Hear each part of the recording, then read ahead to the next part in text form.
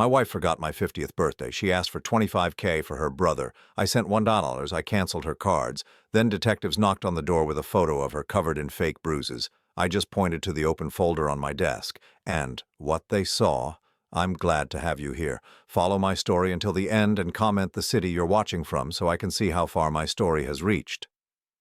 My name is George, and I turned 50 on a Tuesday in March. I remember the exact date because it was the day I finally stopped making excuses for my wife. I woke up that morning with the kind of quiet excitement you get when you're expecting something good to happen, not a surprise party or anything elaborate, just acknowledgement. Maybe Angela would have made my favorite coffee or left a card on the kitchen counter or even just said the words "Happy Birthday" when she saw me. Simple things that couples do for each other after 22 years of marriage. Instead, I found her already dressed for work at 6:30 in the morning, rushing around the kitchen like she was late for something urgent.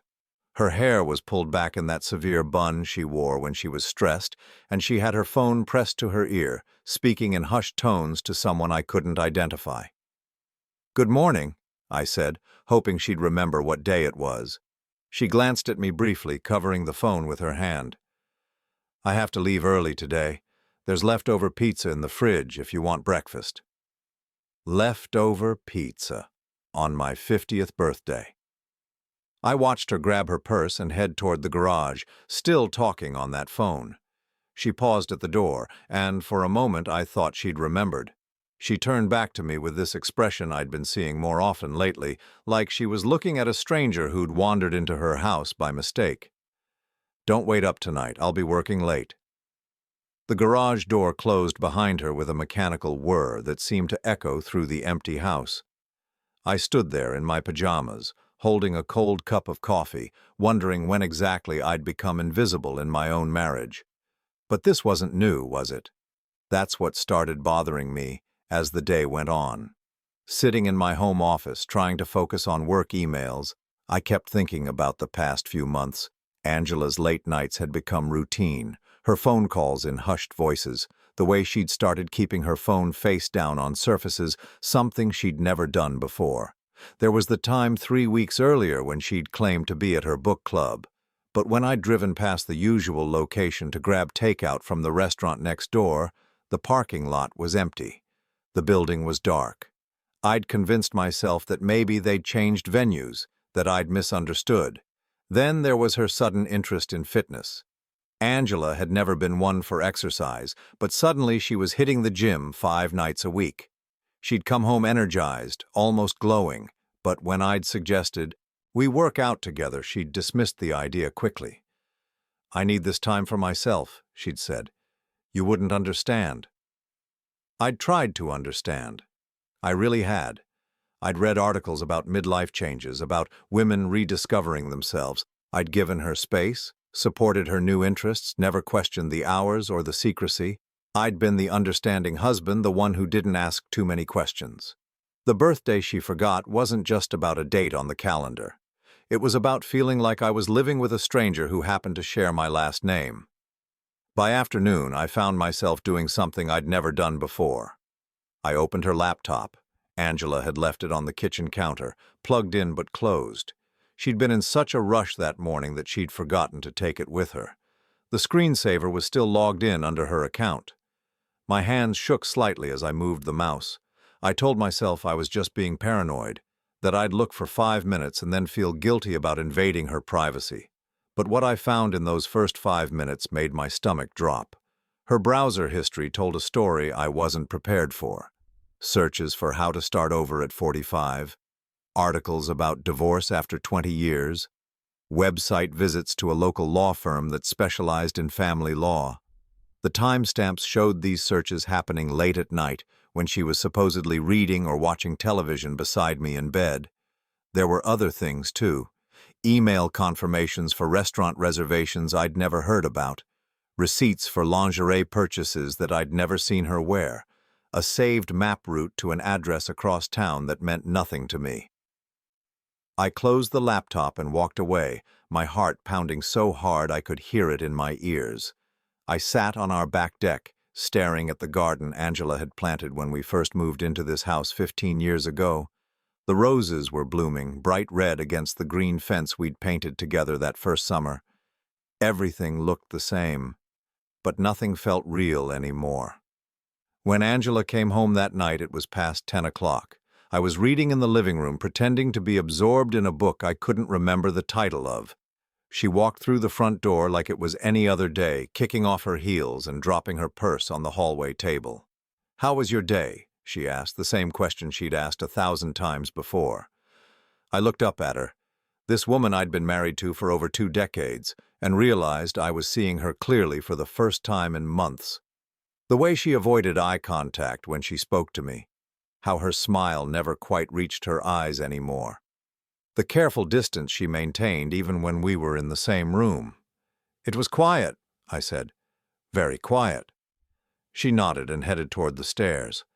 "I'm exhausted. I'm going to shower and go to bed." I listened to her footsteps on the stairs, the sound of the bathroom door closing, the rush of water through the pipes. Normal sounds of a normal evening in a normal marriage. Except nothing about this was normal anymore. That night, lying in bed beside her, I made a decision. I was done being the naive husband who believed every excuse, every late meeting, every sudden change in behavior. I was done making myself smaller to accommodate her growing distance. Angela might think she was clever, that her plans were invisible to me, but she'd underestimated something important. After 22 years of marriage, I knew her better than she thought, and if she was playing a game, I was going to learn the rules. I wasn't going to confront her, wasn't going to accuse or demand answers. I was going to watch, listen, and document everything, because something told me that my forgotten 50th birthday was just the beginning of a much bigger revelation. The woman sleeping beside me had no idea that her careless morning rush had left her laptop open, her secrets exposed, and her husband finally dangerously awake. 3 weeks after my birthday, Angela came to me with tears in her eyes and a story about her brother Marcus. I was working in my home office when she knocked on the door, something she rarely did anymore. Usually she'd just walk in or call my name from the hallway. The knock itself felt formal, like we were colleagues rather than spouses. "George, I need to talk to you about something important." She sat down in the chair across from my desk, the same chair where we used to discuss vacation plans and home renovations back when we actually talked to each other about real things. Her hands were folded in her lap, and she had that expression she wore when she was about to ask for something significant. "It's about Marcus," she said, her voice catching slightly. "He's in trouble." Marcus. Her younger brother, who lived somewhere in Colorado, doing something with computers. I'd met him exactly twice in our entire marriage, both times at family reunions, where he'd spent most of his time on his phone, barely acknowledging anyone.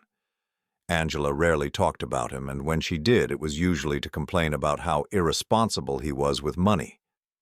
"What kind of trouble?" I asked, though something in her tone already had me on alert. The tears started then, just enough to make her eyes glassy without actually spilling over. "He was in an accident, George, a bad one. He needs surgery, and his insurance won't cover it all. The doctors are saying if he doesn't get this operation soon, he could have permanent damage to his spine."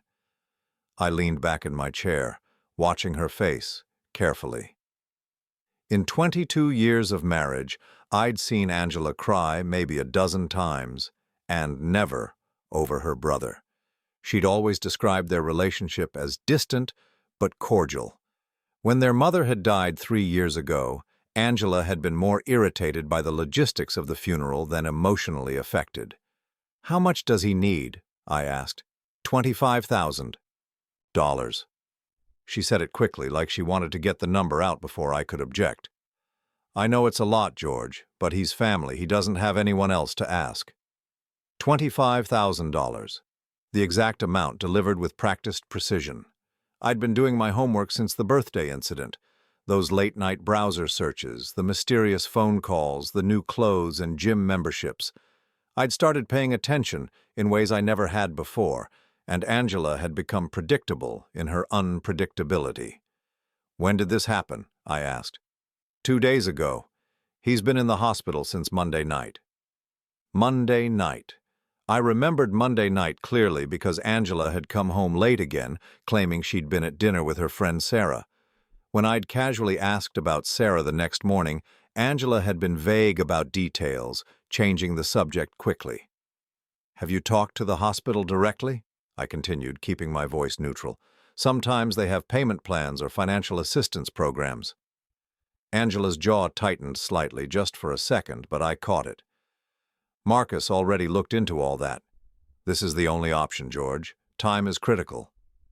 I nodded thoughtfully as if I was genuinely considering the request. "What's the name of the hospital? I might be able to make some calls, see if there are other resources available." "St. Mary's Regional Medical Center." She said it without hesitation, like she'd rehearsed it. "In which city?" A pause. Just half a second, but long enough for me to notice. "Denver. The main one in Denver." I made a note on a piece of paper, watching as relief flickered across her face. She thought I was buying the story. "Let me think about this," I said. "25,000 is a significant amount. I'll need to look at our finances, maybe move some investments around." Angela stood up quickly, smoothing down her skirt. "Of course, I understand, but George, please don't take too long. Every day matters with spinal injuries." After she left, I sat staring at that piece of paper, St. Mary's Regional Medical Center, Denver. I opened my laptop and did what any concerned brother-in-law would do. I called the hospital.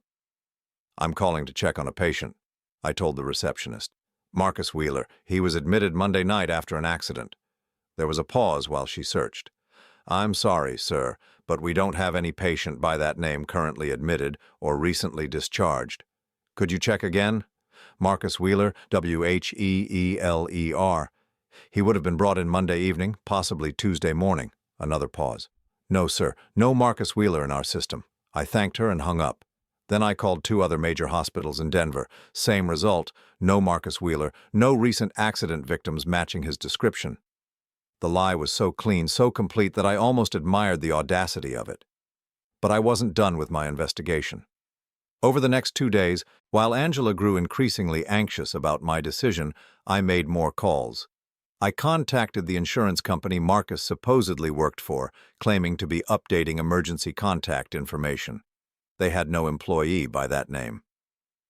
I checked public records for recent accidents in the Denver area. Nothing matched Angela's story. Most telling of all, I called Marcus himself. I found his number in Angela's old address book, buried in a drawer she probably thought I'd never look in. When he answered, he sounded perfectly healthy, completely confused by my concern about his accident. "Accident," he said. "George, what are you talking about? I haven't been in any accident. I'm fine. I'm actually calling you from work right now." "Angela told me you were in the hospital. Something about needing surgery for spinal injuries." A long silence. "George, I haven't talked to Angela in 6 months, not since Christmas, and I've never needed any kind of surgery. Are you sure she said it was me?" I hung up without explaining, my hands shaking with rage.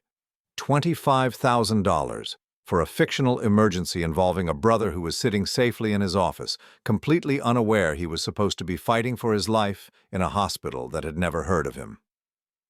That evening, Angela asked about my decision. She was sitting at the kitchen counter, picking at a salad she'd barely touched, trying to look casual while watching my every expression.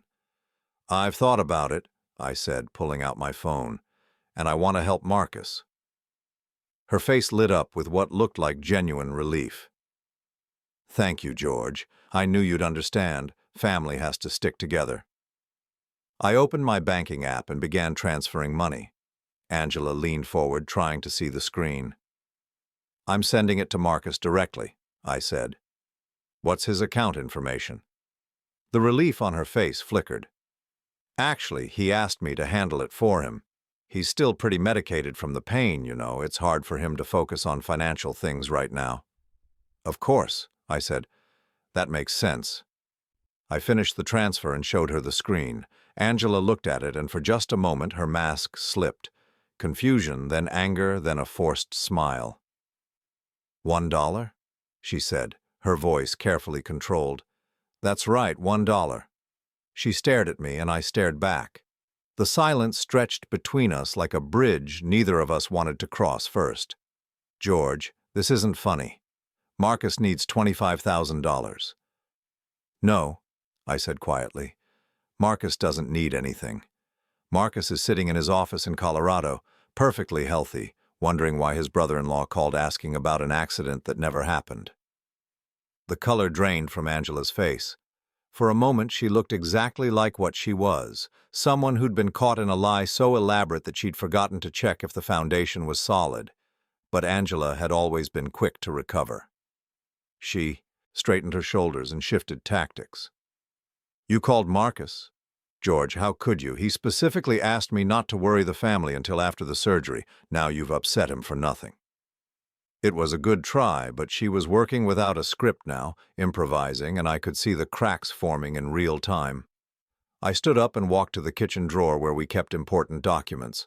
From the back, behind the warranty papers and instruction manuals, I pulled out a folder I'd been building for the past 3 weeks.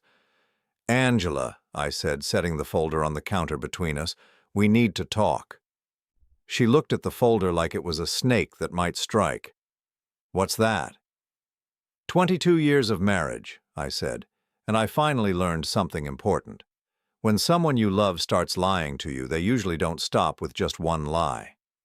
I opened the folder and pulled out the first document, a printout of her browser history from the morning she'd forgotten my birthday. Angela's face went completely white. The game had changed, and this time I was the one setting the rules. The detectives arrived at my door on Friday morning at 7:15, just as I was finishing my first cup of coffee. I watched them through the front window as they walked up the driveway, their badges catching the early sunlight. 2 of them, a woman with graying hair pulled back in a practical ponytail, and a younger man who looked like he'd rather be anywhere else. I'd been expecting them. Not because I'm psychic, but because I'd spent the last 2 days watching Angela's desperation spiral into something dangerous. After I'd shown her that folder on Wednesday night, after she'd seen the printouts of her browser history and the proof that Marcus was perfectly fine, she'd gone completely silent.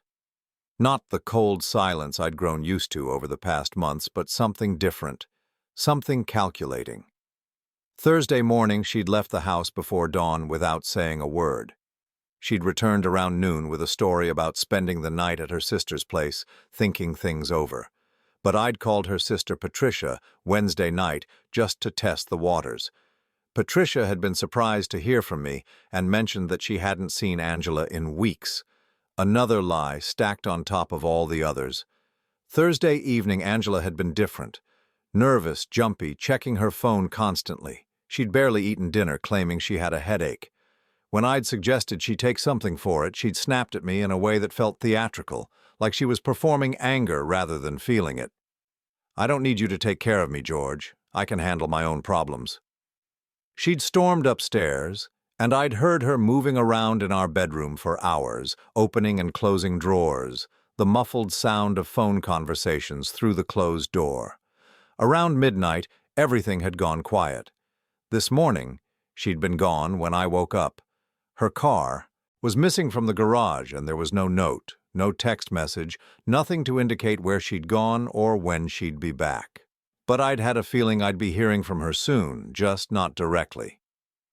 When the doorbell rang, I set down my coffee and walked calmly to the front door. The female detective held up her badge as I opened it. "Mr. George Hartwell, I'm Detective Martinez. This is Detective Chen. We'd like to speak with you about your wife, Angela Hartwell." I stepped back and gestured for them to come inside. "Of course. Please come in." They followed me into the living room, and I noticed how they both automatically scanned the space, taking in details. The neat furniture, the family photos on the mantel, the general tidiness of a house where 2 people lived separate lives under the same roof. Detective Martinez pulled out a small notebook, while Detective Chen remained standing, his hand resting casually near his belt. They were being careful, professional, but I could see the tension in their postures. "Mr. Hartwell, when was the last time you saw your wife?" "Yesterday evening, around 6:30. She said she had a headache and went upstairs early." "And this morning?" "She was gone when I woke up. Her car's not in the garage. I paused, then asked the question I already knew the answer to. Is Angela all right? Has something happened? Detective Martinez exchanged a look with her partner. Mr. Hartwell, your wife came to the station early this morning with some very serious allegations. She claims that you've been physically abusing her. I felt my expression shift into what I hoped looked like genuine shock. I'm sorry. What? She provided photographic evidence of injuries, Detective Chen said, watching my face carefully. Bruising on her arms, her ribs, her back. She says the abuse has been escalating and she's afraid for her safety. I sat down heavily in my armchair, running a hand through my hair. I don't understand. Angela and I have had our problems lately, but I would never hurt her. Never. Detective Martinez leaned forward slightly. She mentioned that you've been controlling her finances recently, canceling credit cards, limiting her access to accounts. I canceled her cards on Wednesday, I said, after she tried to get $25,000 from me using a fake emergency story about her brother. Both detectives' eyebrows went up at that. Detective Chen pulled out his own notebook. Can you elaborate on that? I told them about Marcus, about the fake hospital story, about the phone calls I'd made to verify her claims. I could see them processing this information, adding it to whatever story Angela had given them. Mr. Hartwell, Detective Martinez said carefully, do you have any documentation of these phone calls you made? Any proof that your wife was lying about her brother's situation? I stood up slowly. Actually, yes, I do. I walked over to my home office, both detectives following at a respectful distance. On my desk was the folder I'd shown Angela 2 nights ago, now considerably thicker. I opened it and pointed to the contents. These are printouts of her browser history from 3 weeks ago, when she left her laptop open. Search histories for divorce attorneys, articles about asset division, questions about domestic violence laws. I turned the pages. These are records of the phone calls I made to Denver hospitals looking for Marcus. None of them had any record of him as a patient. Detective Chen was writing quickly now. And these other documents? Credit card statements showing purchases she's made over the past 2 months, restaurants I've never been to, charged during times when she claimed to be working late or at book club. I pulled out another section. Email confirmations for hotel reservations, receipts for clothing purchases that she's never worn at home. Detective Martinez was studying the papers carefully. Mr. Hartwell, this suggests your wife may have been having an affair. Yes, I said. I believe she has been. And I think the domestic violence allegations are part of a larger plan to make sure she gets everything she wants in a divorce. I reached into the back of the folder and pulled out the piece of evidence I'd been hoping I'd never have to use. A small digital recorder, the kind people use for meetings or lectures. Wednesday night, after I confronted her about the lies, Angela made several phone calls from our bedroom. The walls in this house are thin, and our bedroom is directly above my office. I held up the recorder. I recorded her side of 3 different conversations. Detective Martinez looked at the recorder like it was a loaded gun. Mr. Hartwell, depending on the laws in your state, recording someone without their consent might not be admissible. I understand that, but I think you should listen anyway. I pressed play. Angela's voice filled the room, clear and distinct through the small speaker. No, it has to look believable. Not too severe, but enough to show a pattern. A pause, then. I already planted the seeds about him being controlling with money. The bruises will support that narrative. Another pause, then. Of course I can make them look real. I researched it. Make up some ice packs, maybe a small amount of actual pressure. Nothing that will cause permanent damage, just enough to photograph well. The recording continued for another minute, Angela's voice calm and calculating as she discussed timing, what story to tell the police, how to make sure I wouldn't be able to defend myself effectively. When it ended, the room was completely silent. Detective Chen looked up from his notebook. Mr. Hartwell, do you have any idea who she was talking to? I pulled out one more document from the folder. Phone records. She's been calling this number regularly for the past 3 months. I pointed to a highlighted number. It belongs to David Morrison. I looked him up online. He's a personal trainer at the gym where Angela claims to have been working out. Detective Martinez was studying the phone records. And you believe Mr. Morrison is involved in this plan? I believe Angela is having an affair with him, and I believe he's been helping her plan this entire scenario. The fake emergency with Marcus was probably meant to give them enough money to disappear together. When that didn't work, they moved to plan B. I walked back over to the folder and pulled out the final piece of evidence, printed screenshots from social media that I'd spent hours tracking down. David Morrison's Instagram account. If you look at the timestamps on these posts, you'll see that he's been at the same locations as Angela on multiple occasions when she claimed to be working late or at book club. I spread out several photos. This one was taken at a restaurant downtown last Tuesday. Angela told me she was working on a big project that night. Detective Chen was examining the photos closely. These could be coincidence. Maybe. But look at this one. I pointed to a photo of David at what appeared to be a hotel pool. This was posted 3 weeks ago. Same day Angela claimed she was at an all-day seminar for work, and if you look carefully at the reflection in his sunglasses, you can see someone taking the photo. Someone with long blonde hair wearing a red dress that I've seen in Angela's closet. Both detectives were silent for a long moment, studying all the evidence spread across my desk. I could see them reassessing everything, recalculating the story they'd come here to investigate. Finally, Detective Martinez closed her notebook. Mr. Hartwell, we're going to need to take this evidence with us. We'll also need you to come down to the station to give a formal statement. Of course. And Mr. Hartwell? Detective Chen looked up from the folder. The bruises on your wife's body, in the photographs she provided to us this morning, they're extensive. If what you're suggesting is true, she would have had to inflict significant pain on herself to create them. I thought about the woman who had spent months planning elaborate lies, who had researched divorce laws and domestic violence procedures, who had created an entirely fictional emergency involving her own brother just to steal $25,000 from the man who loved her. Detective, I said quietly, I think you're underestimating what Angela is willing to do to get what she wants. As we prepared to leave for the police station, I took one last look around my home office. The folder that had started as a way to understand my wife's strange behavior had become the evidence that would expose her as someone I'd never really known at all. Angela had made one critical mistake in her planning. She'd assumed I was still the naive, trusting husband who would never question her stories, never dig deeper than the surface of her lies. But that husband had died on his 50th birthday when his wife forgot he existed. The man she was trying to frame was someone entirely different. The police station smelled like burnt coffee and industrial cleaning solution. Detective Martinez led me through a maze of desks and filing cabinets to a small interview room that felt more like a therapist's office than an interrogation chamber.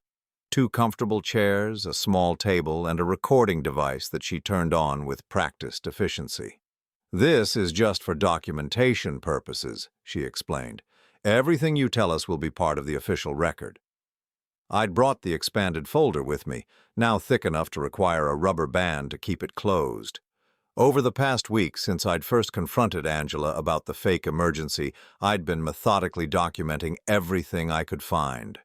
What had started as a husband's desperate attempt to understand his wife's behavior had become something that felt more like a forensic investigation.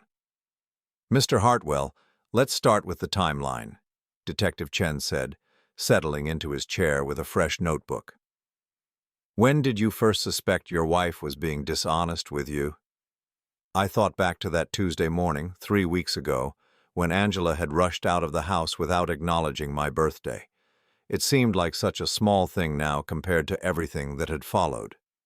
The signs were there for months, I said, but I didn't start paying real attention until my birthday, March 22nd. She'd been acting strangely for weeks before that, but I'd been making excuses for her behavior. I opened the folder and pulled out a printed calendar I'd created, marking significant dates with different colored highlighter. Yellow marks are days when Angela claimed to be working late. Green marks are supposed book club meetings. Blue marks are gym visits. Red marks are days when her behavior was particularly unusual or when I caught her in obvious lies. Detective Martinez leaned forward to study the calendar. The pattern was immediately obvious, even to someone seeing it for the first time. Clusters of colored marks that intensified over the past 3 months, with red marks appearing more and more frequently. This level of documentation suggests you were already suspicious, Detective Chen observed. Were you planning to divorce your wife? No, I said honestly. I was trying to save my marriage. I thought if I could understand what was happening, maybe we could work through it. I never imagined it would lead to this. I pulled out a section of documents I'd compiled just that morning, after the detectives had left my house.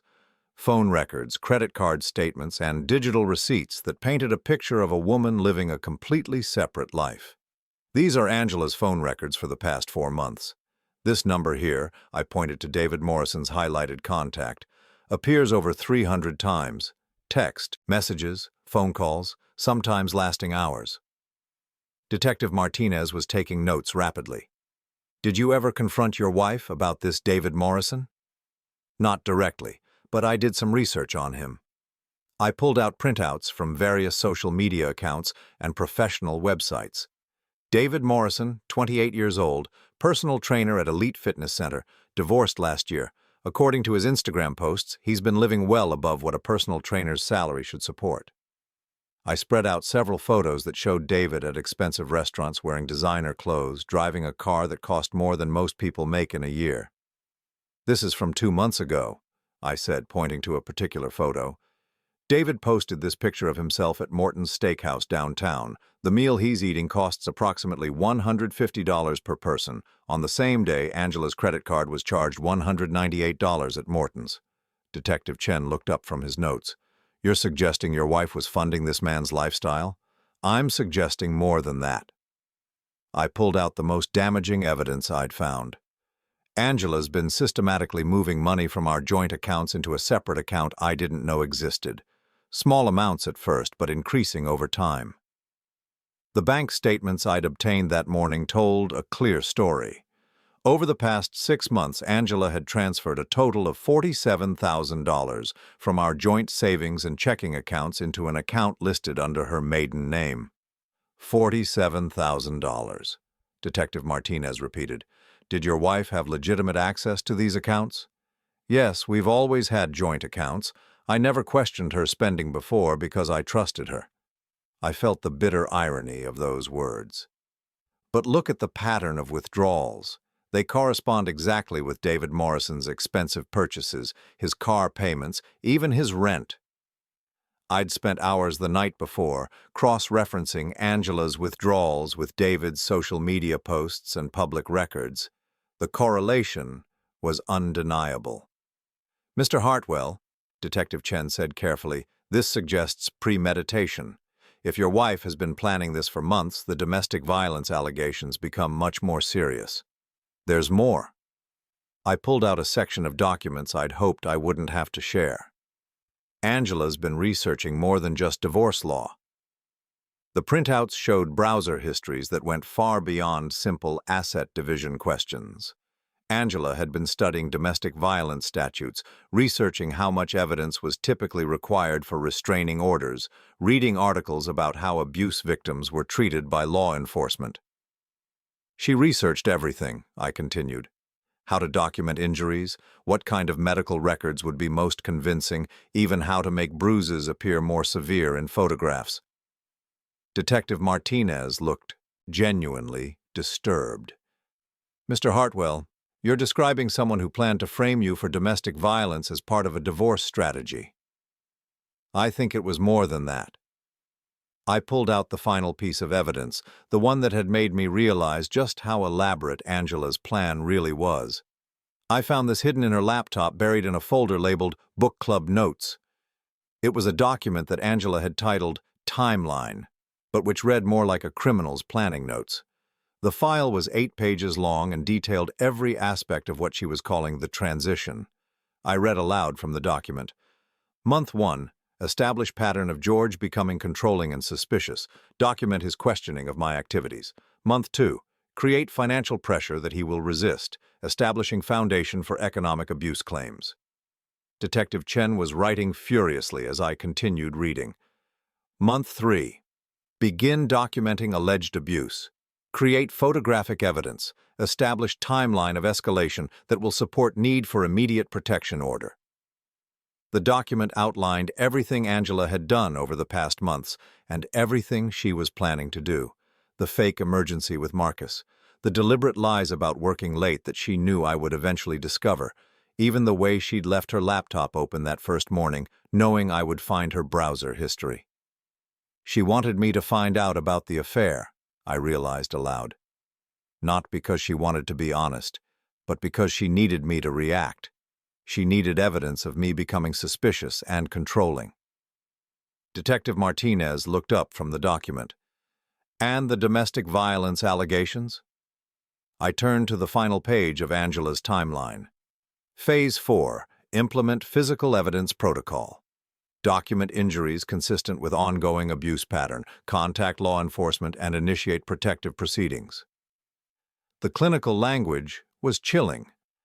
Angela had written about bruising her own body, the same way someone might write about a grocery shopping list.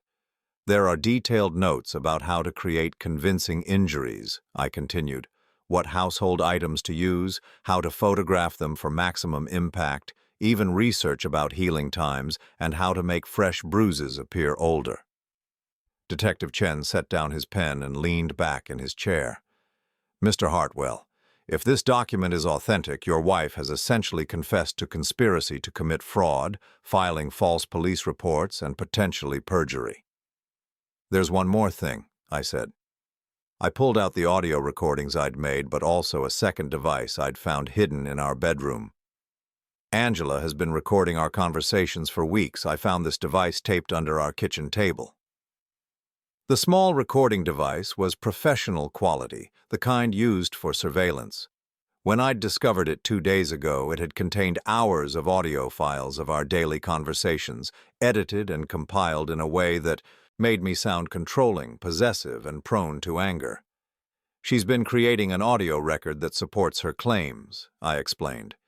Conversations taken out of context, edited to remove her provocative comments and leave only my responses. Detective Martinez was studying the device. Mr. Hartwell, this level of planning and deception suggests your wife may have done something like this before. That thought had occurred to me as well.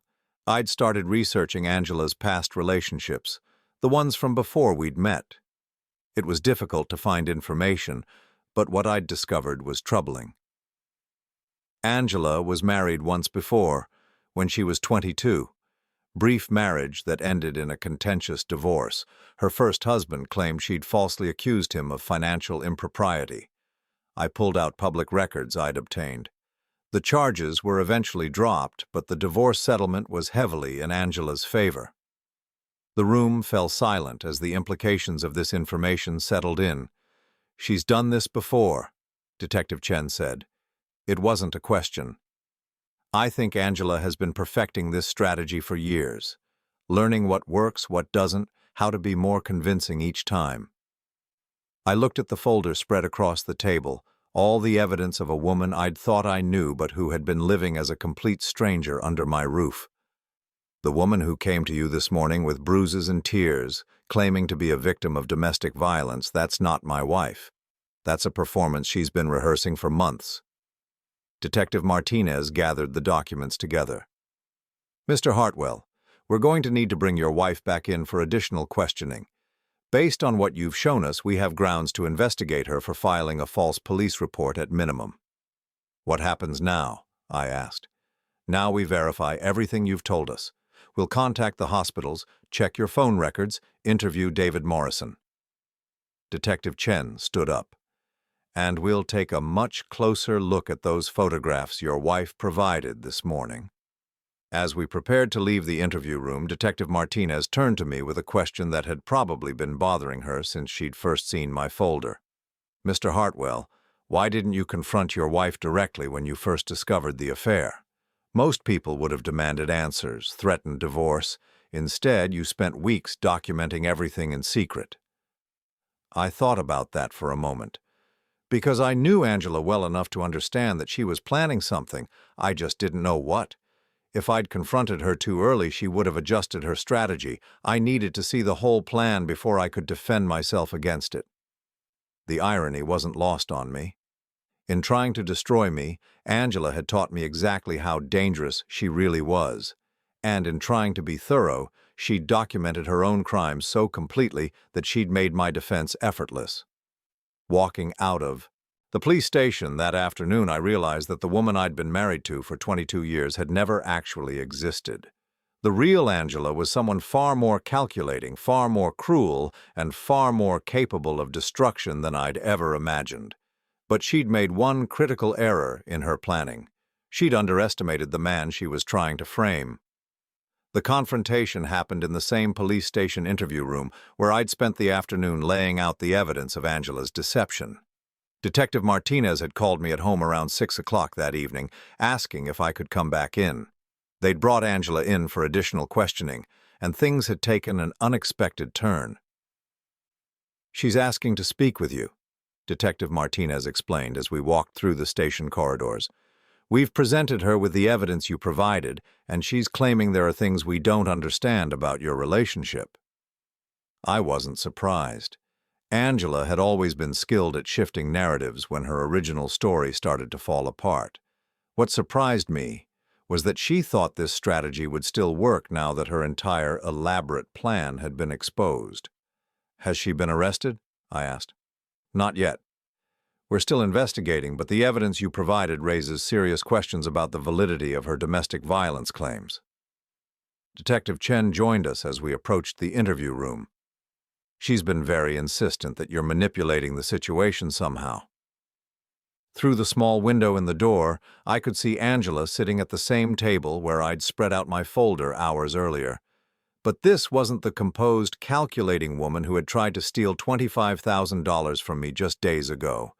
Her hair was disheveled, her makeup smeared, and she was clutching a tissue like it was a lifeline. When I entered the room, her head snapped up, and for just a moment I saw something in her eyes I'd never seen before. Fear, real, genuine fear that she might not be able to talk her way out of this situation. "George," she said, her voice breaking slightly, "thank God you're here. These people don't understand what's been happening between us." I sat down across from her, the same position we'd been in just days ago when she'd told me about Marcus's fake emergency. But this time, the detectives remained in the room, and there was a recording device on the table between us. "Angela," I said calmly, "they showed me the photographs of your injuries. They look very painful." She nodded eagerly, seeing this as validation. "They are painful, George.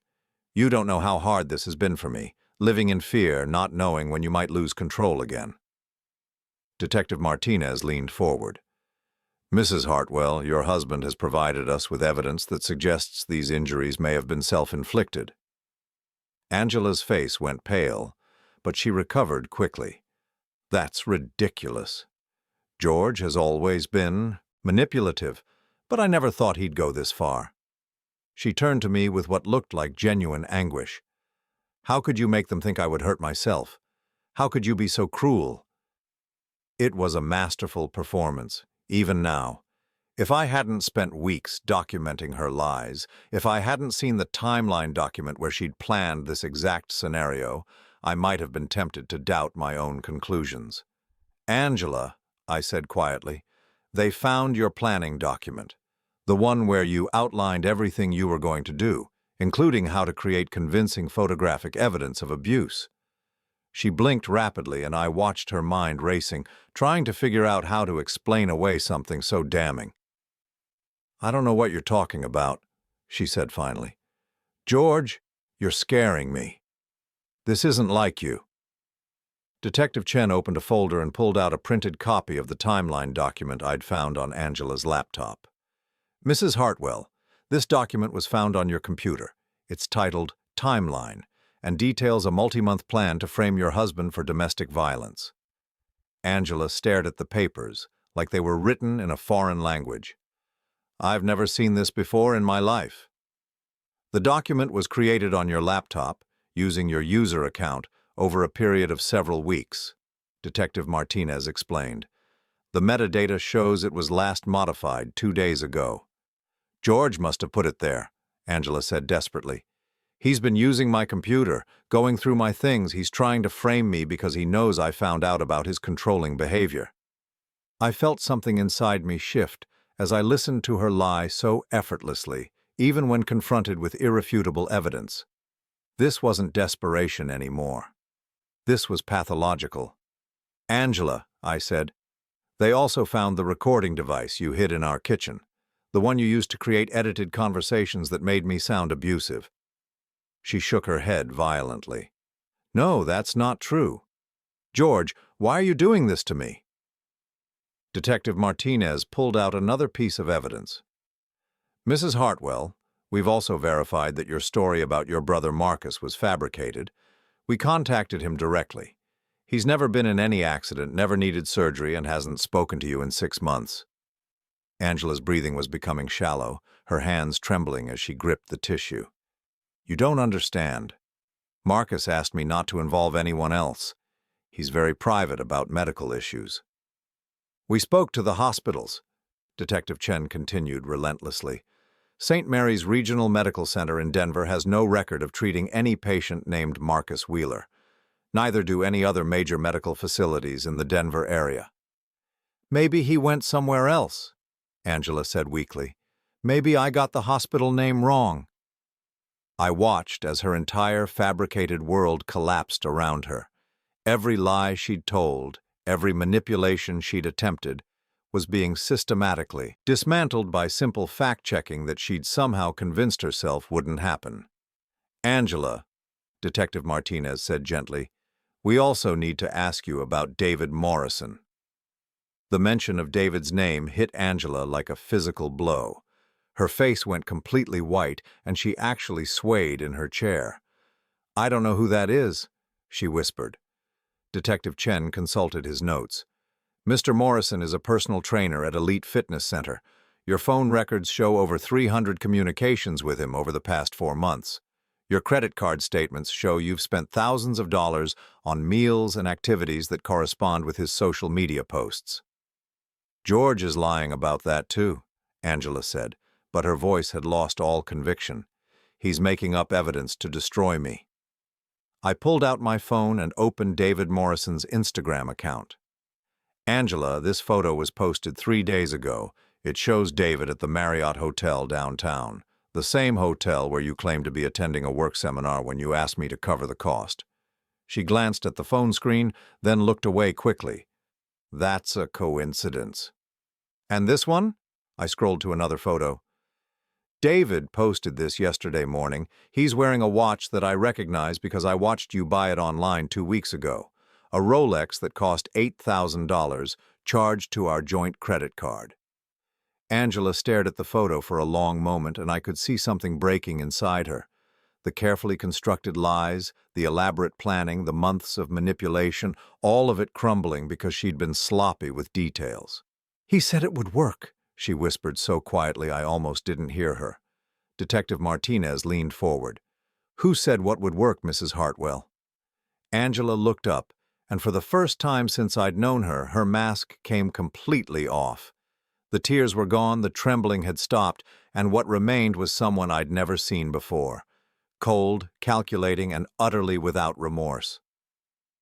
"David said nobody would check the details. He said men like George are too trusting, too stupid to investigate their wives' stories." She laughed, a bitter sound that made my skin crawl. "He said we could take you for everything and you'd never figure it out until it was too late." The room went silent. Angela seemed to realize what she'd just said, how completely she'd destroyed her own defense, but instead of trying to backtrack, she doubled down. "Do you know what it's like being married to someone like you, George? Someone so boring, so predictable, so absolutely ordinary that you feel like you're suffocating every day?" Her voice was rising now, all pretense abandoned. 22 years of listening to you talk about work, about your little hobbies, about your pathetic dreams for retirement. 22 years of pretending to be happy with a man who never once surprised me, never once made me feel alive. I felt like I was seeing Angela clearly for the first time in our entire marriage. Not the woman who'd gotten angry about forgotten birthdays or late nights, but someone who had been contemptuous of me from the very beginning. David made me remember what it felt like to be desired, she continued. What it felt like to be with a man who actually wanted me, not just someone who thought marriage was a comfortable arrangement. Detective Chen was writing everything down, but Angela didn't seem to care anymore. The plan was perfect, she said almost admiringly. I would get the money I needed to start over, you would be destroyed financially and legally, and David and I could disappear together. It should have worked. What went wrong? Detective Martinez asked, though I suspected she already knew. Angela looked at me with something approaching respect for the first time in years. George turned out to be smarter than we thought. David said men like him never fight back, never question their wives' stories. We didn't account for him actually investigating. She leaned back in her chair, looking almost relieved to have finally told the truth. The bruises were my idea, she said matter-of-factly. David thought they were too extreme, but I knew they had to be convincing. I researched the best methods, practiced the placement. It hurt, but it was worth it for the photographs. Detective Martinez was staring at Angela like she was looking at something inhuman. Mrs. Hartwell, you're confessing to filing false police reports, conspiracy to commit fraud, and potentially extortion. Angela shrugged. What's the point in lying now? George has documented everything anyway. I underestimated him, and now I'm going to pay for it. She turned to me one last time, and her voice was almost conversational. You know what the really funny part is, George? If you'd just given me the $25,000 and not asked questions, none of this would have happened. David and I would have been long gone, and you never would have known why. I looked at this woman I'd been married to for over 2 decades, this stranger who had been planning my destruction while sleeping in my bed every night, and felt something I'd never felt before. Not anger, not betrayal, but a profound sense of relief. Angela, I said quietly, I'm glad I finally got to meet you. Detective Chen stood up. Mrs. Hartwell, you're under arrest for filing false police reports and conspiracy to commit fraud. As they led her away in handcuffs, Angela looked back at me one last time. George, she called out, you're going to regret this. You're going to spend the rest of your life alone, and you'll realize that being boring was the worst thing you could be. I watched the door close behind her and felt nothing but an overwhelming sense of freedom. For the first time in months, I knew exactly who I was dealing with. 6 months after Angela's arrest, I was sitting on my back deck at sunset, drinking coffee from the mug she used to complain was too ugly for company. The garden she'd planted 15 years ago was overgrown now, wild roses climbing the fence in tangled profusion, but somehow it looked more beautiful than it ever had when she'd maintained it with ruthless precision. The house was quiet in a way it hadn't been for years. Not the suffocating silence of 2 people avoiding each other, but the peaceful quiet of a man who no longer had to wonder what lies were being crafted in the room next door. The legal proceedings had been swift once Angela's confession was recorded. She'd pled guilty to filing false police reports, conspiracy to commit fraud, and attempted extortion. The judge had sentenced her to 18 months in prison and ordered her to pay restitution for the $47,000 she'd stolen from our accounts. David Morrison had been charged as a co-conspirator and received a similar sentence. I'd testified at the sentencing hearing, not out of vindictiveness, but because the prosecutor had asked me to explain the emotional and financial impact of Angela's crimes. Standing in that courtroom, looking at the woman who had shared my bed while planning my destruction, I'd felt something unexpected.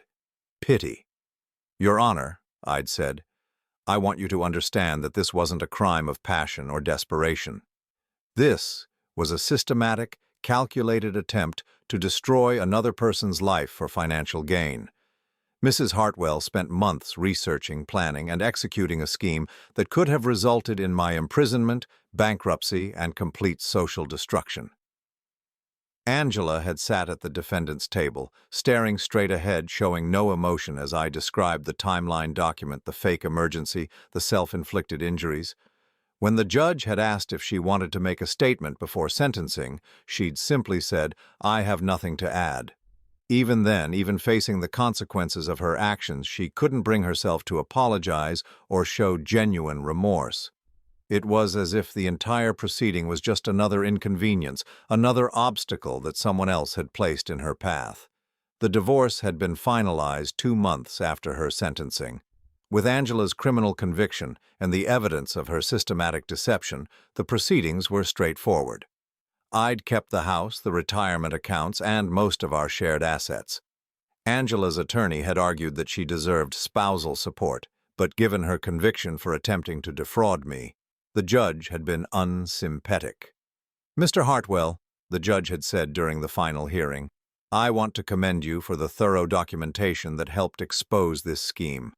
Your methodical approach likely prevented a serious miscarriage of justice." I'd nodded, but what I'd thought was, if I hadn't been so trusting for so long, I might have seen who Angela really was years earlier. The strangest part of the whole experience had been discovering how many people had suspected something was wrong but hadn't known how to tell me. My neighbor, Mrs. Chen, had mentioned seeing unfamiliar cars in my driveway when I was supposedly at work. My brother had asked if everything was okay at home because Angela had seemed different at family gatherings over the past year. "She was always polite," he'd told me after the trial, "but there was something cold about it, like she was acting the part of your wife instead of actually being your wife." Looking back, I realized that Angela's performance had been slipping for months before I'd finally started paying attention. The signs had been there for anyone who cared to look, but I'd been so invested in believing our marriage was solid that I'd ignored evidence that was right in front of me. The hardest part hadn't been the betrayal itself, but accepting how completely I'd misunderstood the woman I'd lived with for over 2 decades. Every memory from our marriage was now suspect. Had she ever actually loved me? Or had I always been just a means to an end? Had there been other schemes, other lies that I'd never discovered? I'd found a therapist, Dr. Sarah Williams, who specialized in helping people recover from manipulative relationships. Our sessions had been illuminating in ways that were sometimes painful. "George," she'd said during one of our early meetings, "you keep talking about how you should have seen the signs earlier, but the signs you're describing, the emotional distance, the secretiveness, the lying, these aren't normal relationship problems that you failed to address. These are symptoms of someone with a serious personality disorder."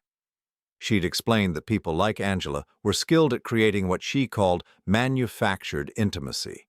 Relationships that felt real but were actually carefully constructed performances designed to serve the manipulator's needs.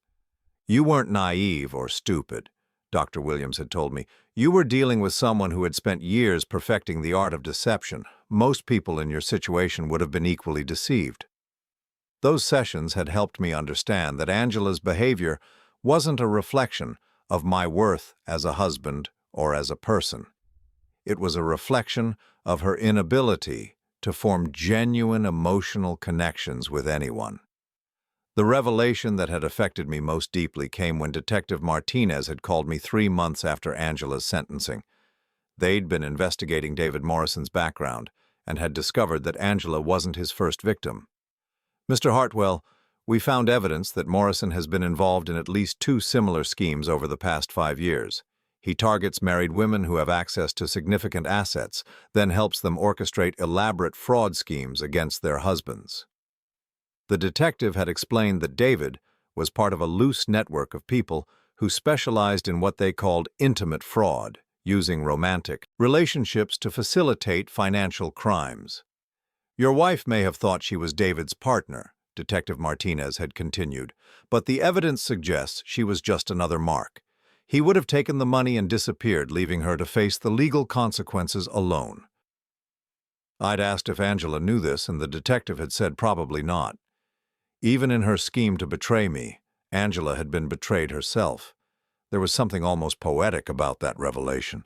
Angela had destroyed our marriage and attempted to destroy my life in pursuit of a relationship that was itself a lie. She'd sacrificed everything real for something that was never going to give her what she wanted.